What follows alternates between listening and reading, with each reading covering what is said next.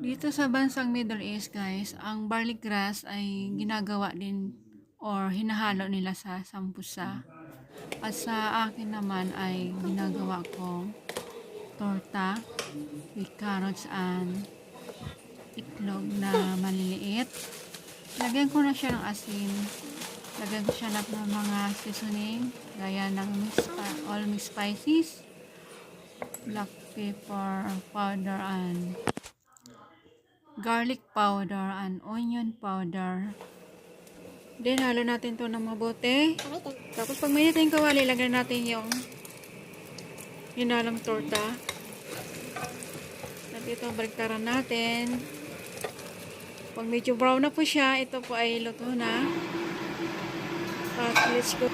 Ketchup, fried rice, jar. Kain po tayo.